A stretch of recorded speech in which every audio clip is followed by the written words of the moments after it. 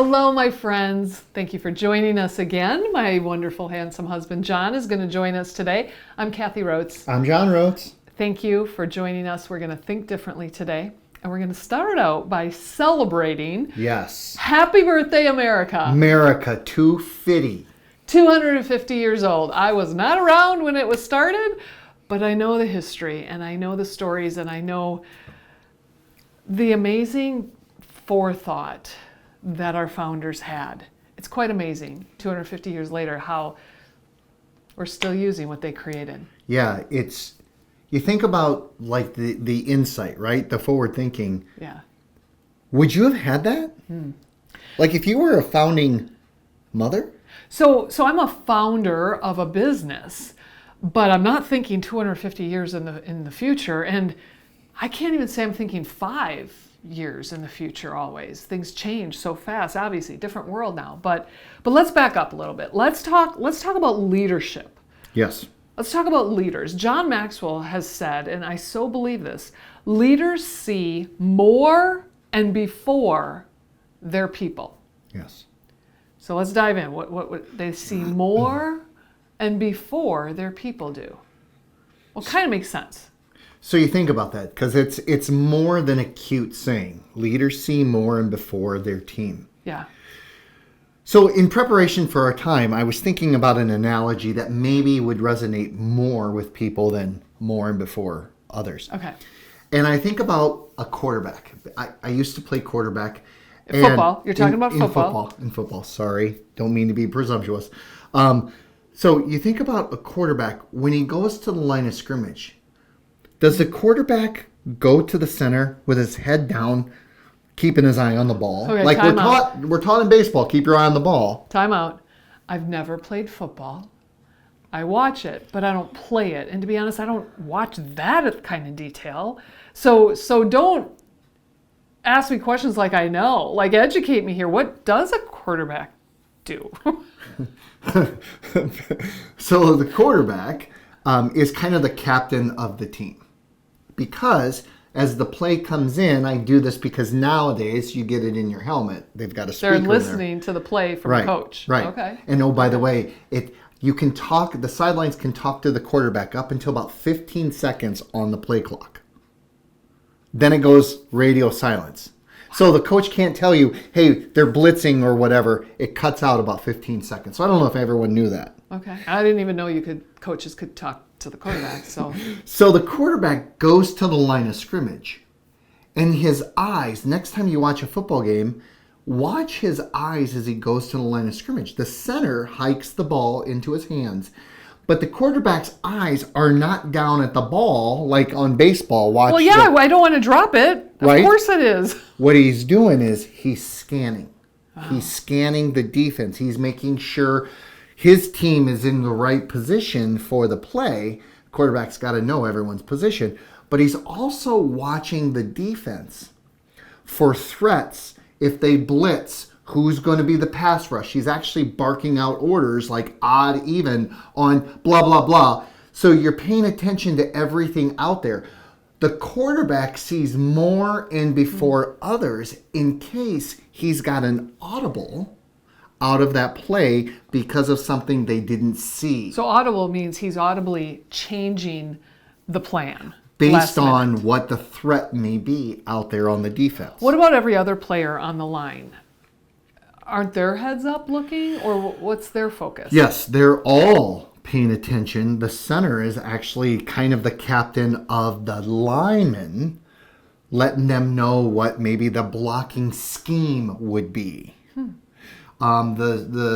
The running back, if I'm blocking, I'm paying attention to what side is going to be rushing if I have to go and block the end, or blah, blah, blah. My whole point of that is that they're not just thinking about what's in front of them. They're thinking about what might happen. So they are seeing more and before the play even starts. They have to. Otherwise, you're going to be in trouble.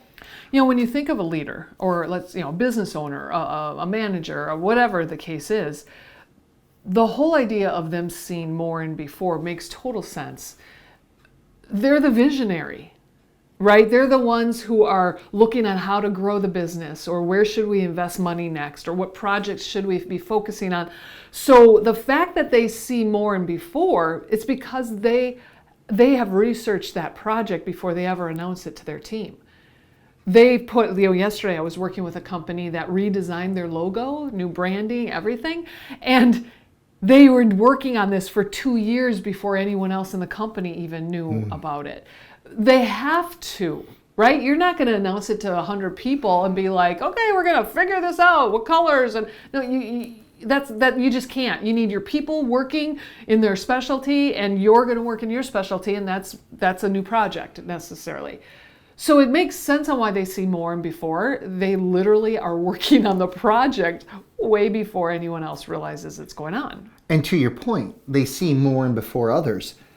They've got to take into every facet of that decision. Right. Like the colors. Why those colors? Why that logo? What does it say? What is hidden behind it? They have to think about all these and things. they're just naturally visionaries. The reason they take on these projects is because they have a vision for something, right? Yeah. That's our forefathers. They came over to this country with a vision that's still bigger than today. And they thought of things, when they wrote the Declaration of Independence, they thought of things that makes it relevant in our world today. What did you call it? Like a living document, right? I had a friend who one time described not just the Declaration of Independence, but our Constitution as a living document. And I thought to myself, that is such a wise statement, because it is. It's not just a document that served them back in 1776 when we became a country.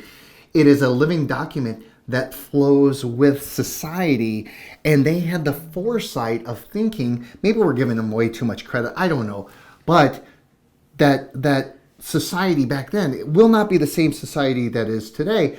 So this document has to be living and breathing and dynamic to be able to flow with whatever the challenges are today. Now, they had no idea what technology was going to do. They had no idea what automobiles were 250 years ago. They didn't have roads like we do, or airplanes, or they didn't know that was going to be happening, but yet they built a system that still serves us today. I think of Hamilton. If you've seen the movie or the Broadway show Hamilton, he was like a genius in the finance and how he created the banking system. Genius. We still use his system from 250 years ago. We still use it today. That's a leader. That's a visionary. You think about like even the branches of our government, how one branch is not greater than the other. That we have the executive, the president. We have Congress, Senate, and the House of Representatives. We have the judicial, which is, so we have the executive, the legislative, and the judicial branch, and they all come together to create a law and the whole, whatever it is. How amazing is that? Have we ever stopped what we were doing and take a step back and think, now I'm biased, live in it's not perfect, but it's still the best freaking country in the world. I love it. We have our problems. Yeah. But our forefathers, to have that insight blows me away. I can barely go grocery shopping. And these guys are creating a document that's still 250 years later. Yes, we have amendments that have been added and things that but it's amazing. I'm so proud to be an American. You know what? Leadership in general has ups and downs. And when you look back at history and look at 250 years ago here in the American history, those leaders definitely had their ups and downs. And it wasn't this perfect journey over to America, the journey of creating America, ups and downs all over. So nothing is perfect. I mean, we don't live in a perfect country today. But when you just step back and you just look at the magnitude that they created 250 years ago that we still use today, that's some good leadership. Well, you think about not just, the impact that they had on today, but think about the cloud that was over them as they were filling out the Declaration of Independence.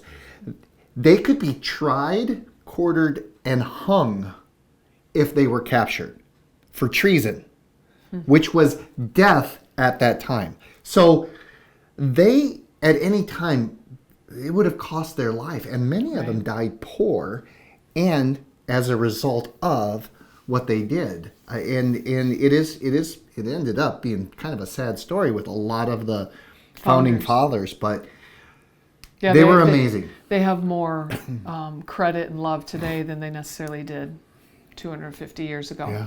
So as you go into the celebration weekend, as we honor the country we live in, but also just your own leadership, whether you lead a country or lead a business or lead a team or lead a family or lead yourself, you're a leader. Every one of us is a leader. So this weekend, as you're thinking back on the 250-year history of our country, how are you looking forward into your leadership?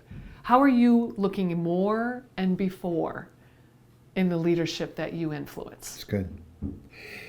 The last point I want to make is that when, as a leader, as our founding fathers found out, there's a philosophy that someone once taught me. I'd love to say it was mine, but it's not. That it's always easier to steer a moving object. That back in the day when I learned how to drive, there was no power steering. I know I'm really dating myself. When a car stopped, you couldn't move that steering wheel, even when it was on. Yeah. But something happened when you got moving. Yeah. It got a little bit easier to steer. And once you got up to speed, it was fine. Leadership is the exact same way. Now you think about the founding fathers and the threats that they had.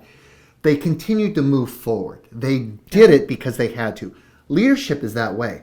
Continue to move forward. It's easier to steer a moving object. How is your team doing? How is your company doing? How are you doing? How are you doing? Don't stay stagnant, right? Just like the Constitution, that's a living document. Your leadership must be a living document. Maybe we need to create our own living document. Huh? Course corrections. If it's not on course, correct it. But get moving, just like our founding fathers did. That's good. Happy birthday, America. Enjoy the holiday weekend. Thanks for joining us. We'll see you next time as we challenge you to think differently.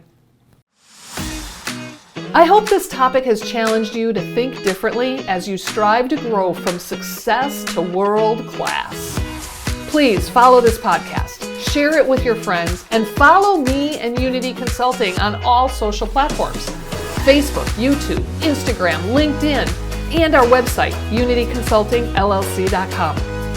I look forward to connecting with you next time to challenge your habits so that you are more efficient and fully empowered.